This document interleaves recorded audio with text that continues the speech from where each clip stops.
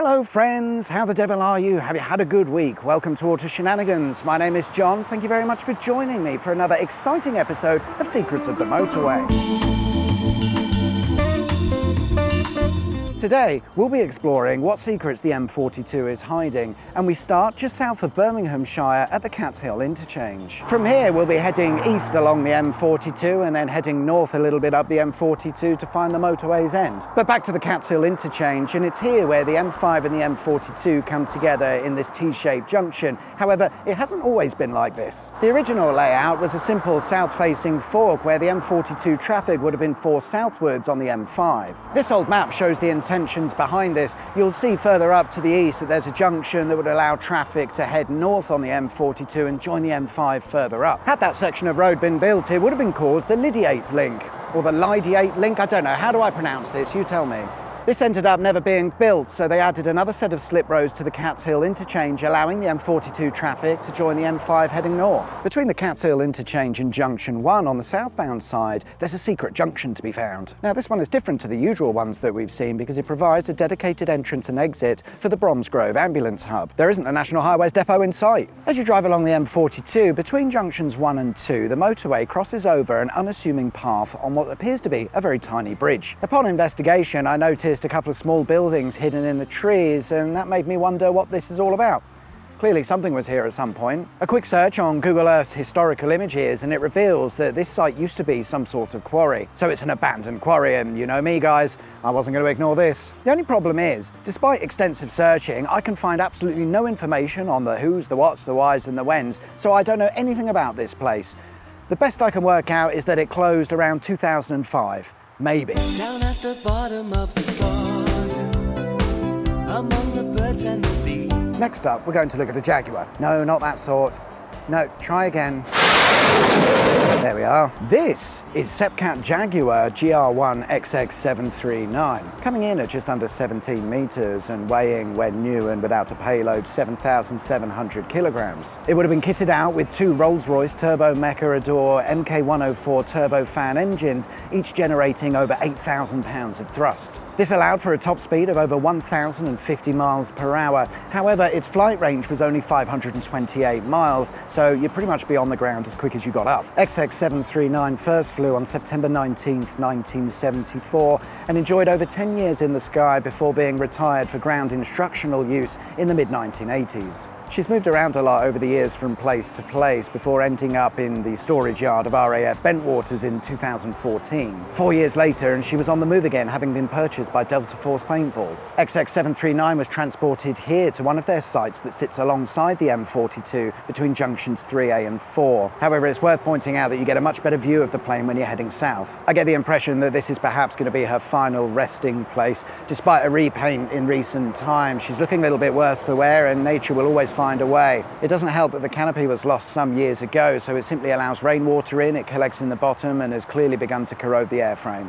At Junction 4, you'll find this bridge. It carries a one-way road that links Blythe Gate with Stratford Road. This bridge stands out when compared to the other bridges on the motorway because of its modern design, and on investigation, it was built in 1999. At the same time, the Blythe Valley Business Park and several housing estates were also under construction, and they needed links to Junction 4. The bridge, surrounding roads and roundabout were all part of a junction upgrade. And just across the road from there is the home of IM Group. You may also know them as Subaru UK or Daihatsu UK or Isuzu UK. International Motors Group or IM Group have been importing cars into the UK since 1976, and they began by bringing in Subarus. The company expanded into property in the 1980s and have now grown to generate hundreds of millions of pounds worth of income. Which is probably just as well really, because in 2020 Subaru sold a whopping 951 cars. Now I appreciate the whole industry was on its arse at the time, but 951 is no good really. I think the problem with Subaru these days is that they just don't innovate or release anything that's remotely exciting. Minging. Do you remember the days of Impreza turbos, legacies? Whoa! Colin McRae, yada yada yada, all gone now.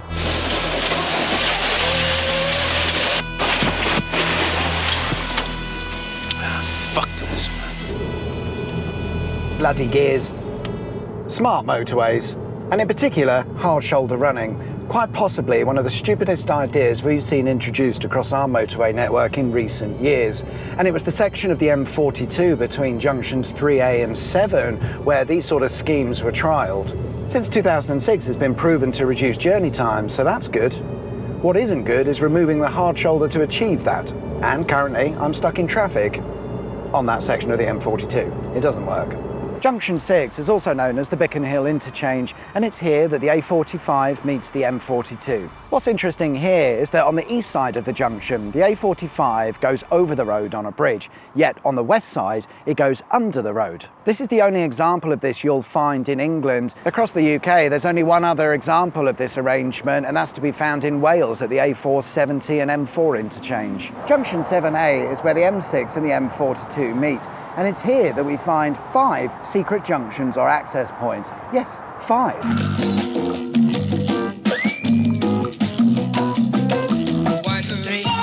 3 of these access roads were installed along with the M42, and strangely on the southbound side there are 2 sort of ordinary on and off ramps for this secret junction, yet on the northbound side you get this twisty road arrangement where it serves as both the entrance and exit for the motorway. The remaining 2 came along with the M6 toll road, and they allow access on both sides from both directions and of course are for use by authorised vehicles only.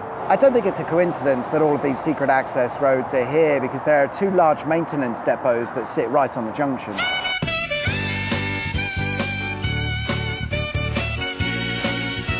As the M42 heads towards Junction 9, it's joined by the M6 toll road in what Sabre Roads, link in the description, like to call a multiplex. This is where 2 main roads come together and follow the same path, and the result here is that at certain points you've got up to 14 lanes of traffic running alongside one another. Between Junction 9 and 10 you'll find this abandoned farm.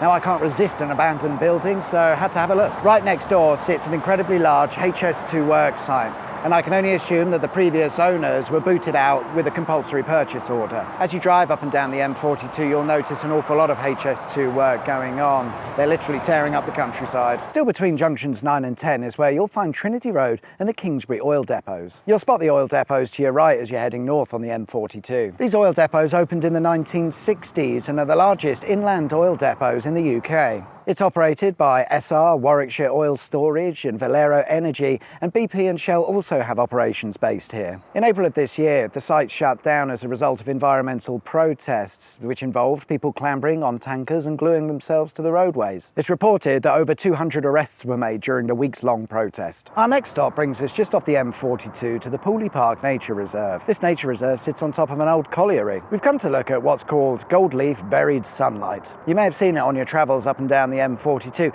It's hard to miss a 40-foot gold tower on top of a hill. The council who installed it described this artwork as thought-provoking and different. The local residents describe it as an eyesore. As mentioned, the tower is 40 feet high and is made up by what can only be described as thin metal sheets that are gold. Except they're not metal. I think it's hollow. It's said that these are meant to represent silver birch tree leaves. However, I can already spot a problem here if you look at the colour scheme. Perhaps it's also fair to say that if you want to put something in place that represents silver birch trees in an area full of trees, why not plant some silver birch trees?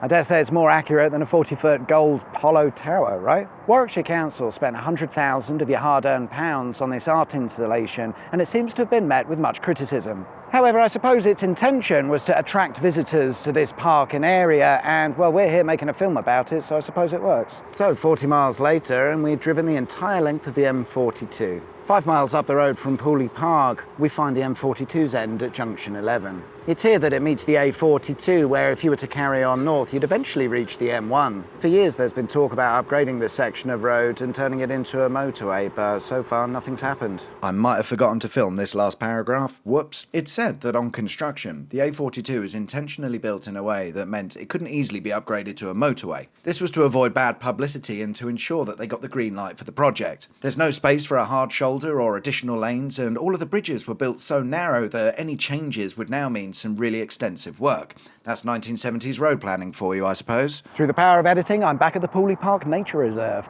Just to say thank you very much for watching. That's all for this week, guys. If you like this video, then there's a button specifically for that. And if you like this content, you might be inclined to subscribe for more. Enjoy the rest of your week, whatever it is you get up to. My name's John, you've been watching Auto Shenanigans, and I'll see you next time for another exciting episode of Secrets of the Motorway. Till then, take care, bye-bye.